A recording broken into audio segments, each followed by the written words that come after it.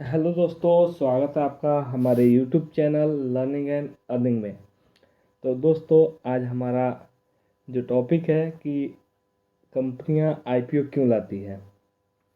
ठीक है दोस्तों, इसको जानने से पहले हम लोग को ये पता होना चाहिए कि कंपनियां, किसी भी कंपनी की शुरुआत कैसे होती है। ठीक है दोस्तों, तो चलिए एक एग्जांपल के ज़रिए हम लोग पता करते हैं कि किसी भी कंपनी की शुरुआत कैसे होती है। तो मान लेते हैं दोस्तों कि आप एक बिजनेसमैन हैं।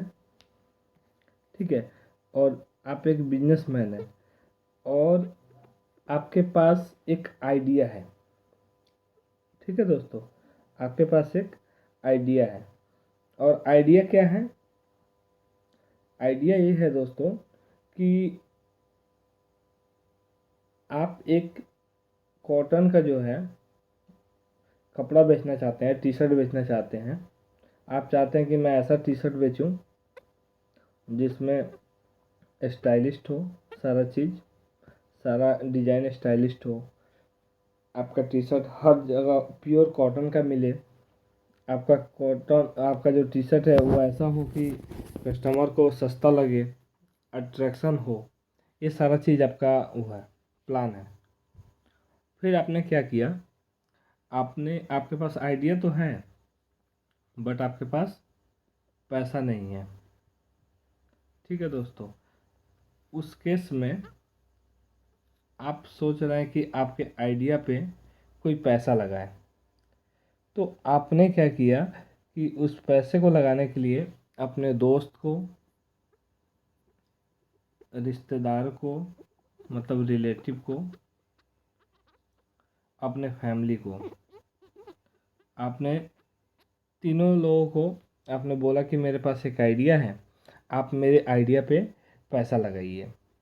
अब किसी भी आदमी के लिए ना नए आइडिया पे पैसा लगाना बड़ी मुश्किल हो जाता है।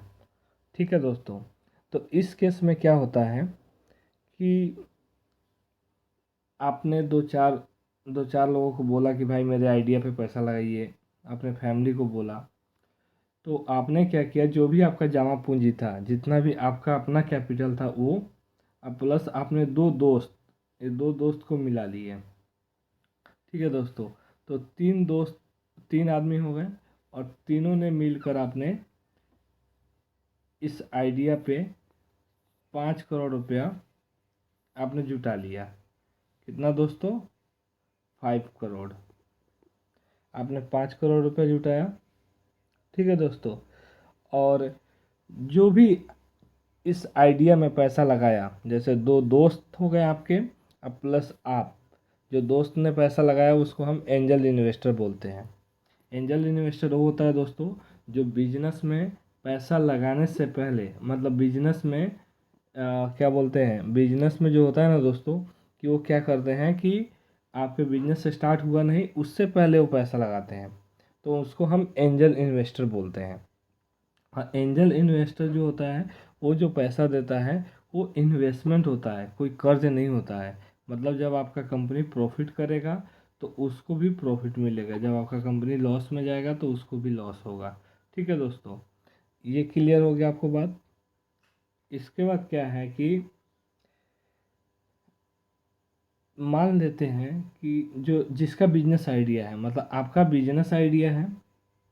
ठीक है, आपका जो है बिजनेस आइडिया है। ठीक है दोस्तों, तो आपका जो आइडिया, आप प्लस आपका आइडिया, तो आपको हम प्रमोटर बोलेंगे। जिनका आइडिया होता है वो प्रमोटर होता है। और जो दो आपके दोस्त थे जो एंजल इन्वेस्टर हैं, जिन्होंने स्टार्टिंग में पैसा लगाया है, अब आपने तीनों ने मिलकर मान लीजिए कि 5 करोड़ रुपये आपने लगाया है। ठीक है दोस्तों, तो इस पैसे को हम लोग सीड फंड बोलते हैं, सीड फंड बोलते हैं। तो ये वाला जो पैसा होता है ना दोस्तों, ये किसी के अकाउंट में नहीं डलता है, बल्कि ये पैसा कंपनी के अकाउंट में डलता है। और इसी पैसे को हम लोग इनिशियल शेयर कैपिटल कहते हैं। इस पैसे को इनिशियल शेयर कैपिटल कहते हैं दोस्तों। ठीक है दोस्तों, ये क्लियर हो गया आपको कि इनिशियल शेयर कैपिटल क्या होता है। अब हम लोग आते हैं कि इन्होंने तो कैपिटल जमा कर दिया, 2 इन्वेस्टर भी आ गए, और इनके लिए कोई प्रूफ भी तो होना चाहिए कि ये इन्वेस्टर इस कंपनी के हैं कि नहीं है।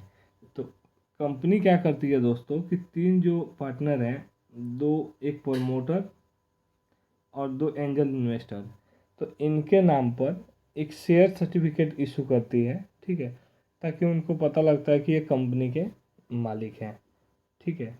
अब कंपनी का मैंने एग्जांपल लिया है कि 5 करोड़ ये लोग जमा किए हैं, तो कंपनी का वैल्यूएशन कितनी है दोस्तों, 5 करोड़ की है कंपनी की वैल्यूएशन। तब होता क्या है दोस्तों कि अब 5 करोड़ को अगर हम 10 रुपये, कंपनी ये मानती है कि हर एक शेयर का जो फेस वैल्यू है वो 10 रुपये की है।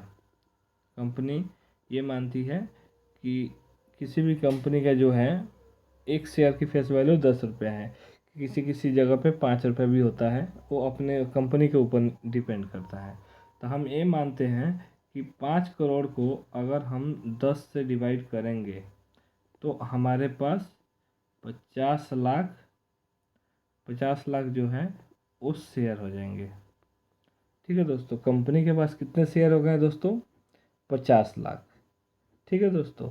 अब इस शेयर को, जो ये 50 लाख शेयर है, इस शेयर को हम लोग ऑथराइज शेयर कहते हैं, ऑथराइज शेयर कहते हैं दोस्तों, ठीक है। इस शेयर को हम लोग क्या बोलते हैं, ऑथराइज शेयर कहते हैं। अब देखिए, अब एक एग्जांपल के जरिए आपको मैं समझाता हूँ। अब मान लेते हैं दोस्तों कि 40% प्रमोटर को हिस्सा मिला और 5-5% दोनों इन्वेस्टर को मिला। तो इनका चार्ट पैटर्न कैसा होना चाहिए वो मैं आपको दिखाता हूँ, ठीक है दोस्तों। तो ये देखिए, ये 50 लाख टोटल शेयर था, जिसमें से प्रमोटर को मिला 40%, एंजल ये 40%, और 5% एक इन्वेस्टर को मिला और 5% एक इन्वेस्टर को मिला, ठीक है दोस्तों। मतलब अगर 50 लाख शेयर था तो इनके पास मिला 20 लाख शेयर, इनको मिल गया 2.5 लाख इनको, 2.5 लाख इनको। अभी भी 2.5 लाख मतलब 50% शेयर अभी भी कंपनी के पास है दोस्तों, ठीक है। किनके पास है, कंपनी के पास है। तो अब ये जो 50% जो शेयर है दोस्तों, जो कंपनी के पास बचा हुआ है, ये अलॉटमेंट, ये शेयर ऑथराइज तो हैं लेकिन अलॉटमेंट अभी किसी को नहीं किया गया है, ठीक है दोस्तों। अब कंपनी के पास आइडिया भी है, प्रमोटर भी है, ठीक है, और पैसा भी है। तो अब ये कंपनी जो है आगे पैसा लगाता है और काम करता है, ठीक है दोस्तों।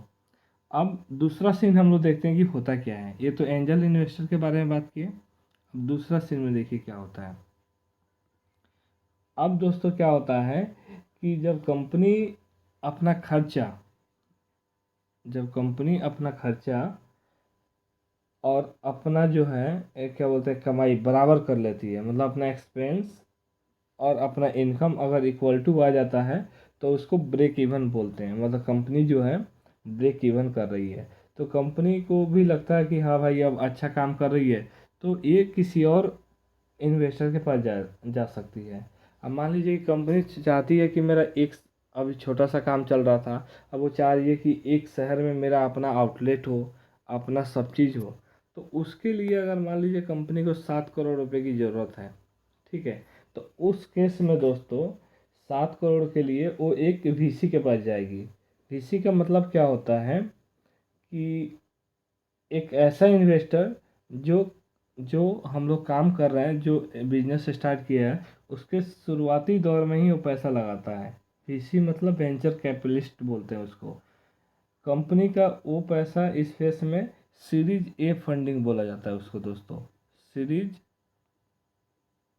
ए फंडिंग बोला जाता है। अब होता क्या है दोस्तों कि ये करने के बाद एक इन्वेस्टर मान जाता है, और एक इन्वेस्टर क्या बोलता है कि आपको जो है हम 14% के बदले 7 करोड़ रुपया देंगे।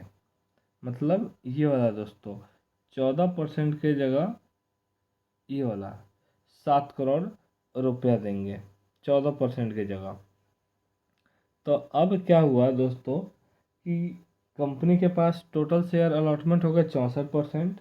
अभी भी कंपनी के पास 36% अभी भी उसका शेयर है। ठीक है दोस्तों, तो जो 64% शेयर था, ठीक है, उसमें से 14% 7 करोड़ के बदले दिया, तो कंपनी की वैल्यूएशन कितनी हो गई दोस्तों? लगभग 50 करोड़ के करीब हो गई। मतलब जो लोग पैसा कंपनी में लगाए थे स्टार्टिंग में 40%, 2 करोड़ रुपया लगाया था, उसकी वैल्यू 10 गुना हो जाएगी। एक एग्जाम्पल के जरिए समझते हैं दोस्तों इसको। ठीक है, तो अब देखिए कि जो लोग 2 करोड़ लगाए थे, अब एक वीसी आने की वजह से, ये जो वीसी आया है ये वाला, उसके वजह से ये पैसा इनकी 20 करोड़ हो गया है, 10 गुना हो गया। ये 5 करोड़ लगाए थे तो 2.5 करोड़ हो गया, ये 5 करोड़ लगाए थे तो 2.5 करोड़ हो गया। इनके वजह से, क्योंकि इन्होंने जब आया तो कंपनी का वैल्यूएशन दे दिया कितना? 7 करोड़ रुपया। ठीक है दोस्तों, अब क्या है कि अब कहानी फिर आगे मैं बढ़ाता हूँ इसको, कि होता क्या है कि काम आगे बढ़ रहा है, काम भी अच्छा चल रहा है। अब कंपनी और मैनेजमेंट बहुत अच्छे से काम कर रहे हैं, उसमें भी काम चल रहा है, वो भी सोच रहे हैं कि अब हम और आगे काम बढ़ाएं। ठीक है, अब इसमें बैंक का रोल क्या आता है दोस्तों, ये मैं बताता हूँ। तो होता क्या है कि ये लोग प्लान करते हैं कि अब कंपनी जो है, कंपनी के 3 साल हो गया है दोस्तों। ये देखिए यहाँ पे 2 साल बाद था, मतलब कंपनी के स्टार्टिंग, और 2 साल बाद ये 3 साल हो गए। अब 3 साल बाद कंपनी ये सोचती है, कंपनी बहुत अच्छा काम कर रही है। ठीक है दोस्तों, तो कंपनी सोचती है कि और भी अपना जो है काम बढ़ाया जाए।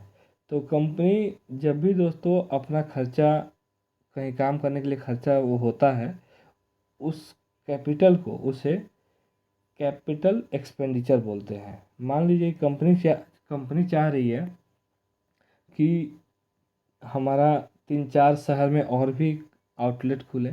ठीक है, और उसके लिए जो कंपनी का मैनेजमेंट है, उस मैनेजमेंट को लगता है दोस्तों कि 40 करोड़ रुपए का खर्चा है।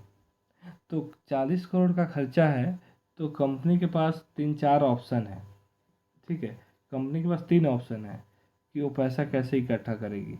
तो पहला ऑप्शन ये है दोस्तों, पहला ऑप्शन ये है कि वो जो पहले से पैसा कमा रही है अपना, तो अपना प्रॉफिट लगा दे। पहला ऑप्शन तो ये है। दूसरा ऑप्शन क्या है कि वो किसी और वीसी के पास जाए, जिसको हम सीरीज बी फंडिंग बोलेंगे। ठीक है दोस्तों, तीसरा ऑप्शन क्या है कि वो किसी बैंक में जाए और बैंक को बोले कि भाई हमको लोन चाहिए। ठीक है, ये 3 ऑप्शन है कंपनी के पास। तो कंपनी ने क्या किया दोस्तों कि ये तीनों ऑप्शन को अपनाया, अपना प्रॉफिट भी लगाया, एक वीसी भी लाया, और लोन भी लिया। तो मान लीजिए कि इसने 15 करोड़ सीरीज बी जो 15 करोड़ अपना प्रॉफिट था वो लगाया, और सीरीज बी फंडिंग जो इसका बात कर रहा था, इसने 5% इक्विटी के बदले 10 करोड़ रुपये दिया दोस्तों। 5% इक्विटी के बदले 10 करोड़, और कंपनी ने 15 करोड़ लोन ले लिया।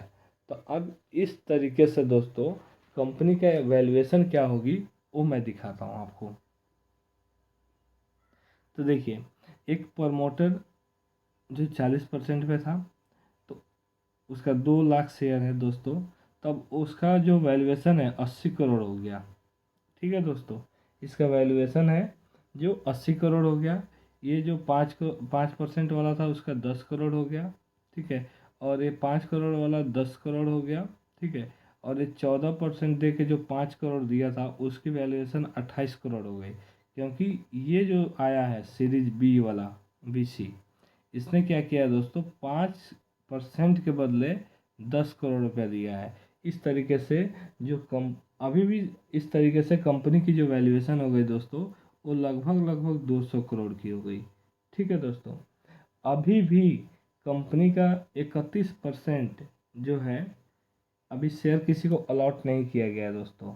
ठीक है, वो कंपनी के पास ही है। ठीक है, अब इसका नेक्स्ट एग्जांपल देखते हैं, जो इसका नाम है प्राइवेट इक्विटी, जो पी बोला जाता है दोस्तों। तो पी का मतलब क्या हुआ कि ये जो होता है ना दोस्तों, पीई प्राइवेट इक्विटी, ये क्या करते हैं दोस्तों कि ये जो पैसे देते हैं प्राइवेट इक्विटी वाले, ठीक है, ये पैसे क्या करते हैं कि कंपनी स्टार्टिंग में नहीं देते हैं। अब कंपनी मान लीजिए कि उस कंपनी चल रही है, अब कंपनी के 8 साल हो गया, 200 करोड़ की कंपनी हो गई, ठीक है दोस्तों, 200 करोड़ की कंपनी हो गई। अब कंपनी को मान लीजिए 60 करोड़ का फिर से ज़रूरत पड़ता है। कंपनी ये चाहती है कि मैं भी और 5-6 शहर में अब अपना काम फैलाएं, ठीक है। और कंपनी चाहती है कि मैं लोन भी ना लूँ, ठीक है दोस्तों। तो कंपनी क्या करती है, एक नया वीसी को लेके आती है। मतलब वीसी तो इसमें पैसा लगा नहीं सकते हैं, तो उसको पीई को लेके आती है, ये वाले को, पी सीरीज सी। तब ये क्या कहता है दोस्तों कि मैं आपको 15% के बदले 60 करोड़ रुपया दूंगा। अब देखिए दोस्तों क्या होता है, कंपनी को बोला कि 15% के बदले 60 करोड़ रुपया दूंगा। इसका मतलब क्या हुआ दोस्तों कि जो 40% का होल्डिंग था उस 160 करोड़ का हो गया, और जो 5% वाला 20 करोड़, 5% वाला 20 करोड़, ये 14% दे के आया था, इसका वैल्यू 56 करोड़ हो गया। ये 5% वाला 20 करोड़ हो गया दोस्तों। इस तरीके से कंपनी का वैल्यूएशन लगभग लगभग 400 करोड़ की हो गई दोस्तों, ठीक है। अभी भी कंपनी के पास 16% शेयर है। 16% का मतलब ये हुआ 64 करोड़, 64 करोड़ रुपीज का वैल्यूएशन अभी कंपनी के पास है दोस्तों। क्लियर हुआ? क्लियर हुआ? ठीक है दोस्तों।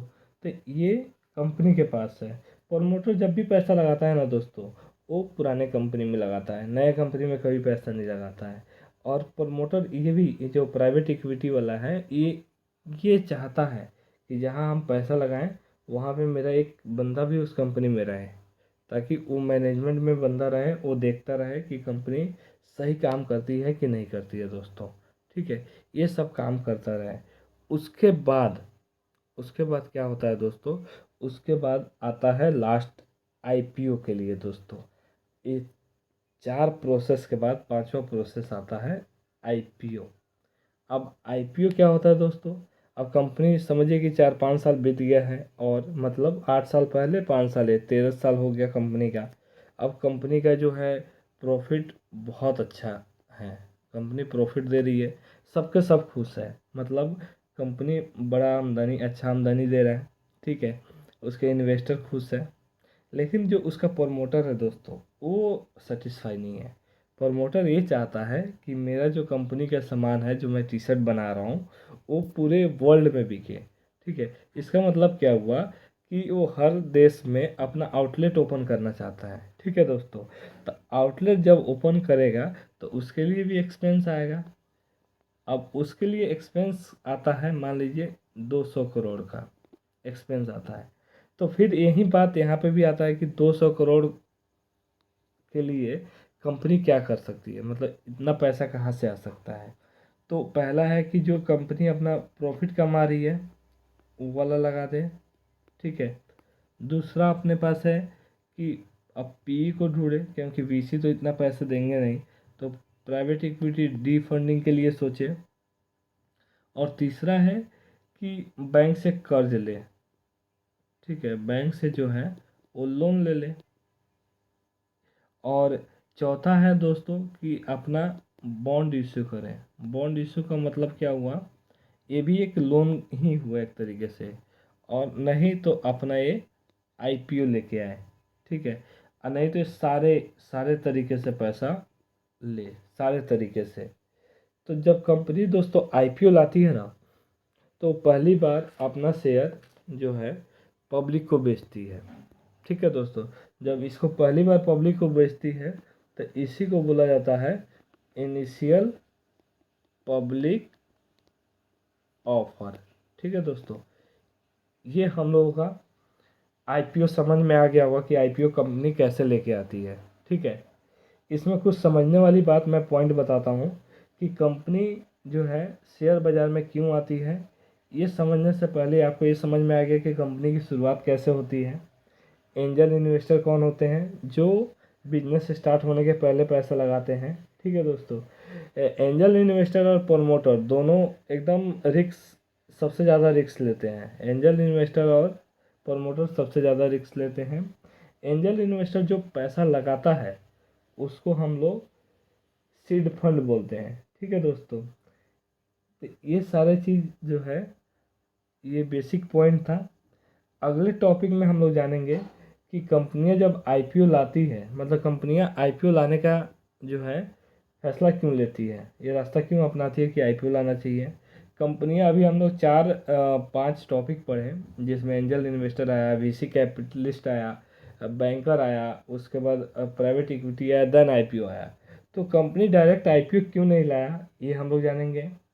और आईपीओ आने के बाद शेयर होल्डर का क्या होगा वो अगले वीडियो में जानेंगे। उसके बाद ये क्या जो आम पब्लिक होते हैं दोस्तों, उसमें पैसा लगाने से पहले क्या देखती है, आईपीओ में पैसा लगाने से पहले क्या देखती है कंपनी का, वो हम लोग जानेंगे। आईपीओ कैसे काम करती है, कैसे बढ़ती है, पूरी उसका प्रोसेस जानेंगे। और जो आईपीओ को इंटरमीडिएटरीज कौन कौन होता है, वो कौन कौन कैसे काम करता है वो, और जब कंपनी पब्लिक इशू होता है तो क्या होता है, ये सारा चीज़ हम लोग अगले वीडियो में जानेंगे दोस्तों। ठीक है, तब तक आप क्या कीजिए, हमारे चैनल को लाइक और सब्सक्राइब कीजिए। इस वीडियो को ध्यान से सुनिएगा, एकदम बेसिक चीज़ बताए हैं आईपीओ के बारे में। ठीक है, और कुछ कमी हो, इसमें कुछ गलती हो तो आप कमेंट कीजिएगा, उसको हम लोग सही करेंगे। ठीक है दोस्तों, आप हमारे यूट्यूब चैनल को लाइक और सब्सक्राइब करते रहिए। Thank you. अगला वीडियो आईपीओ का पार्ट 2 लेकर आएंगे और आप देखिएगा। थैंक यू दोस्तों, थैंक